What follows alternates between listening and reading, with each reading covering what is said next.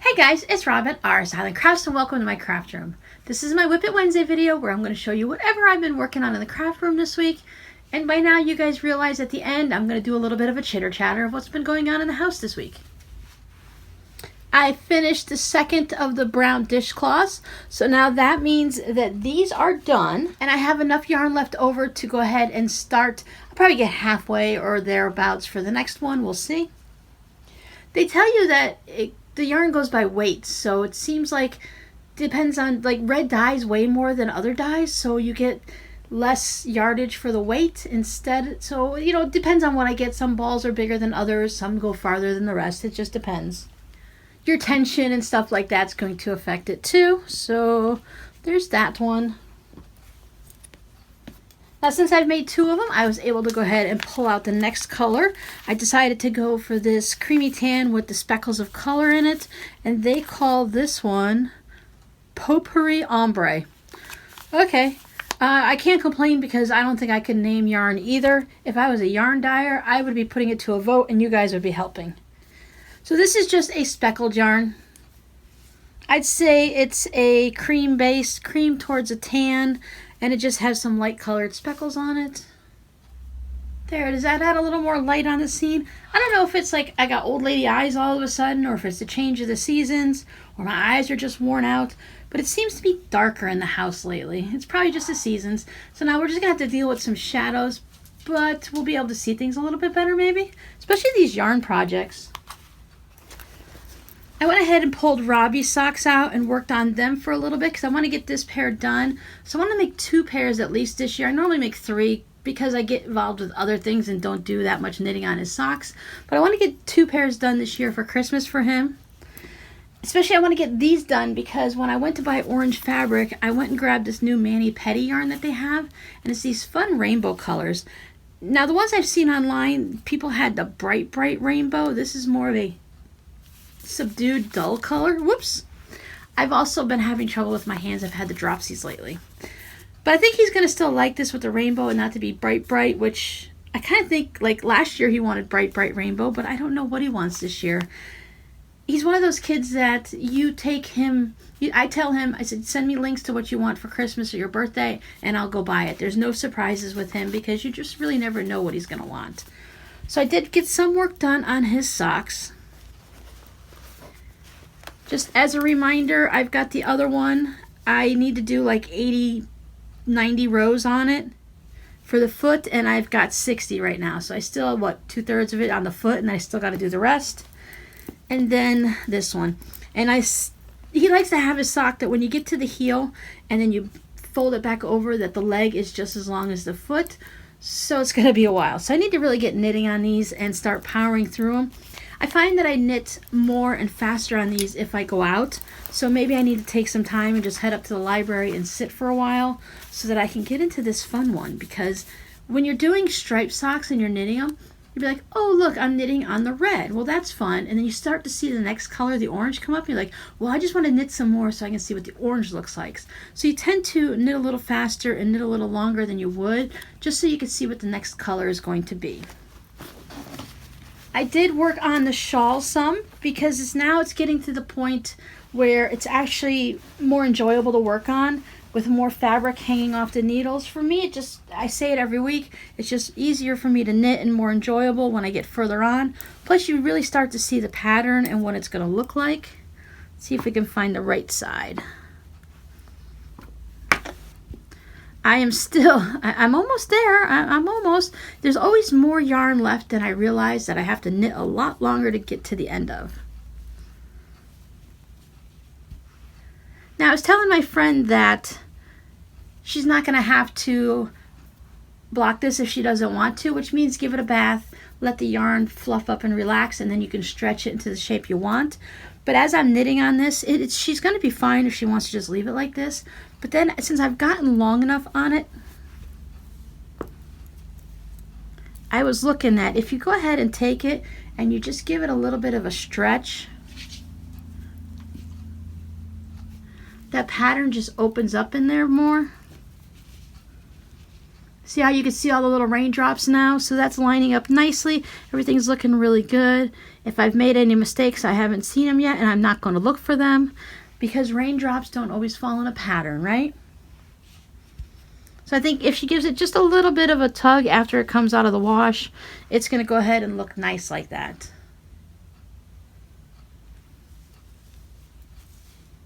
Once I get this completely finished, I will go ahead and do a video where you guys can see me, and I'll put it on my back so you can see, you know, over my shoulders and stuff, so you can see what it's actually going to look like when it's finished.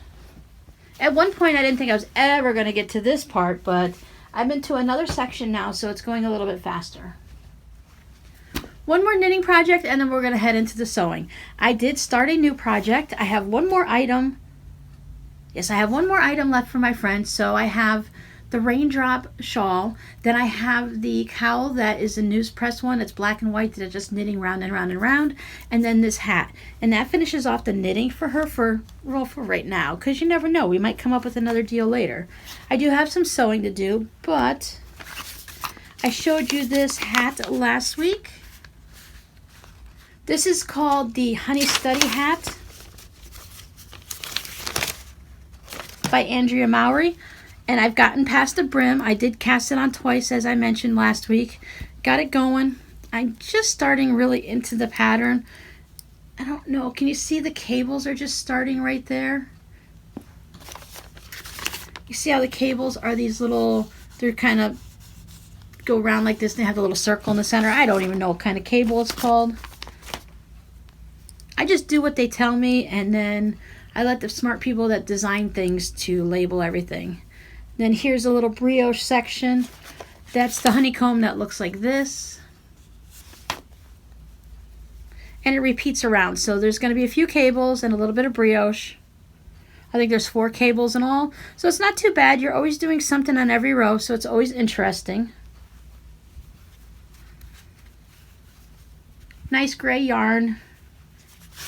So I'm going to watch my old video when I actually made this bag and commented on it, so I went back to it and I thought, oh wow, this bag definitely needs to go through the wash. And I've used it a lot because the video, it's really a vibrant purple, and now it's just kind of like a soft subdued one. So it has been through a bit with me, but it's okay because, as I said, it's my favorite hat knitting bag.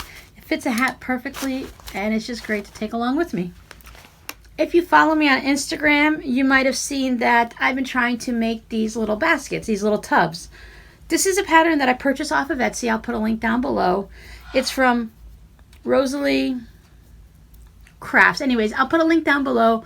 There's more words in her store's name. For her pattern, she has you use that foam stabilizer that you can put in, and it makes it nice. It's still soft, but it's firm, and it's not quite as flexible. I don't have any of that at home, and I wanted to go ahead and try this pattern. So I went ahead and just used some quilt batting. I just have a single layer of quilt batting in there, and then I followed her pattern. And when I cut out the bottom circle, I just happened to get it right on this flower. So when I did the inner one, I specifically lined it up so I could fussy cut that flower out. What I really like is I like these quilted lines that go all the way around it. I like that it has the binding on top, and I just like that they're round and they're cute. So then after I did that one, there's different things in the pattern that I wasn't quite sure on and that didn't quite work for me, so I switched it up a little bit to try something different. And this time I have double quilted layers.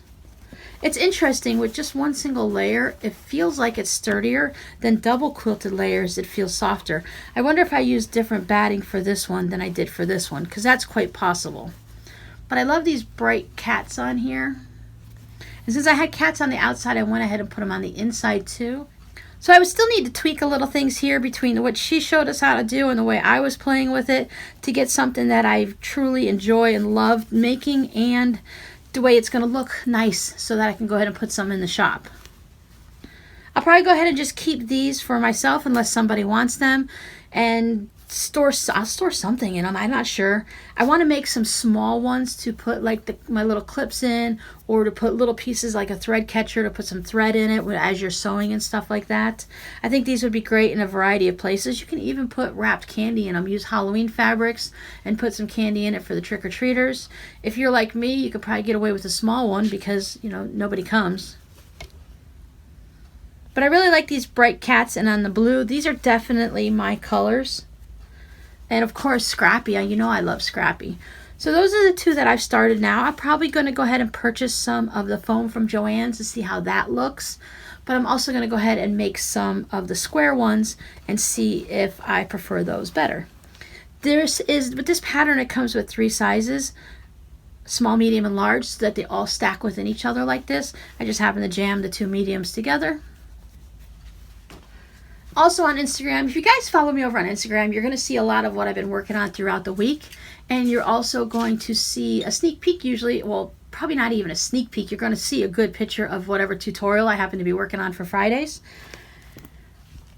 So if you follow me over there, you know that I've been working on these box bags. I don't think I showed this last week. I think I did it sometime this week. But I've been trying to do the box bags. Actually, I think I did show you this one. And I'm trying to come up with a technique combining a bunch of them like I usually do to get something that works for me. Then I came across this way to do them. And I think this is pretty good. I just need to figure out sizes and stuff. And the differences is when you have the seams here on the side and then you just put the handle on, that it makes it easy for the handle this way. I got a little confused and couldn't figure out where to put the handle here because the seams are on the top and the bottom. So I just put this little quick handle in. But next time I'm going to go ahead and make my handle go from here to there so you have the same type of handle as you do with this one.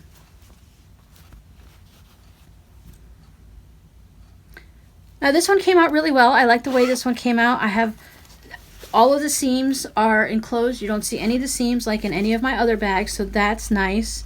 The zipper works really well with the tabs. I like the shape and the size. I would have to figure out how to make it in different sizes, but that's not too difficult. The problem I had with this one, and I'm trying to decide if I want to put this one as a oop in the shop or not. Can you see? You see right there where that light's shining that you can see the blue inside the zipper? I didn't have the right size zipper for the fabric that I was using, so right here it doesn't close all the way. So if you were putting knitting needles in this or something, the needles could easily come out. This side goes almost right to the edge, so you don't have much of a problem there. But this would definitely be an oops, so if anyone's interested in this, let me know and I'll put it in the shop as an oops for you. Otherwise, technically everything works great. The zipper works. Everything's all sealed up in there. You don't have any exposed seams. This just has interfacing. This one has batting and I quilted it. So I'm going to try making some more in this design to see how I like those. Now I know I showed you some of the fabrics that I wanted to work on for bags this week. I got as far as making the bags. I just need to put snaps in these. I didn't make all of them. I still have the drawstring ones to make. And these all have batting in them. So here's the one with the witch's shoes and with the crown on it, which is some fun scallopy fabric on the inside. I really hope that this one glowed in the dark because of the way that the green was on there, but it didn't, so that was a little sad. But I still really like this fabric and it turned out nice and cute. And of course the pumpkins on the inside. And I love this fabric too. So this is the little Halloween town in the graveyard and stuff. Little mummy dude. I kind of stuck with the same fabric through most of them. And then here's more of that cat and hats fabric. That's really good. And I just took the bottom and put it on the inside. I'm going to be putting black snaps on all of these. And then here's that fun red fabric that I like with the witches. And of course they need to be de-threaded because you know when you're sewing, threads get stuck to everything. And then this is that same fabric as here. You can see how the scallops run in the same direction, so I cut it wrong again. I got to stop putting two pieces of fabric together without looking at which way the design is going. So I just turned it, I got threads. I just turned it inside out and used the back of it because the way this is printed, it just has this purpley blue back to it. Because we all know fabric has two sides, right? So if you're interested in any of these bags, these will be going into the shop. I just have to put the snaps on them today and then take pictures and get them listed. And the other thing I worked on is in this basket. I showed you before that I was cutting fabric for I Spy squares to put in the shop. Well, I went ahead and got a whole bunch more cut. I just need to go through and sort them all now and put them in piles so that I can list them in the shop. These are all 5-inch squares. I thought I'd make it easy on myself and go ahead and buy the 5-inch die for the for my Go Cutter. If you've never used a Go Cutter, some of the dies you have to put your fabric on in a certain way, with the grain going a certain way, and sometimes they tell you to put a piece of paper on the top to get it to go through your machine right. I don't know if it's because I have the original machine and the newer ones are better, but the die, it stretches the fabric. So my squares were coming out 5 inches on one side, and then like it was 4 3/4 on this side. So it wasn't a perfect 5-inch square. Now I don't know about you, but if I'm going to go into a shop and purchase 5-inch charm squares, then I want to make sure they're 5 inches. So I went through and I cut my stack all by hand. But I did take the ones that I already ran through the Go Cutter. I just cut them down to 4.5-inch squares. They're perfectly fine for anyone who might want to use them for the I Spy placemat, or you can make tote bags with them, or you can make the matching game that we did before. So there's still a lot of fun things you can do with these squares. They're just 4.5 inches. So I'll just note that in the listing of their size and it'll be fine. I find myself saying that a lot. It'll be fine. It's not that big of a deal, right? We are not talking life and death here. We are just talking about cutting fabric. And if you make a mistake and you have to cut it again, either cut more fabric or just change what you're going to do with it. So that's everything I worked on this week. I don't know what I'm going to work on this week coming up. I do know I'm recording this on Monday, and my plans tomorrow for Tuesday is to take a day off from the crafting, at least until later at night. I need to do my fall cleaning. You know how you guys you hear spring cleaning when you're getting ready to open the house up for the summer, and you clean everything out and get rid of all the winter doldrums and get your house ready for a nice bright summer? Well, down here in Florida, we close up our houses for the summer and we open them up for the winter. So I do my spring cleaning in the fall. I need to take down all of my curtains and get those all washed and put them back up. I need to dust those areas that you don't always dust in. I like to say I'm going to dust my fans, but it's not like it's a spring cleaning thing. We have to dust our fans every month because they go 24/7 and there's always dust collecting on them. I'm in an older house, which probably needs to have all the AC ducts replaced because they're probably full of dust and it just blows throughout the house. And it's with them still doing the dirt road out front. My poor car. My red car is now tan. It's just, I got to take it up for a car wash. That's probably not going to happen tomorrow. But I am going to go through, as I said, I'm going to take down all the curtains, dust down on top of the kitchen cabinets, get everything cleaned like that. Oh, and I have to clean the screens on some of the windows, not all of them. One of our cats, little Miss Mocha, she's a calico. She is, I think she's 5 this year. She's 4 or 5. I think she's 5.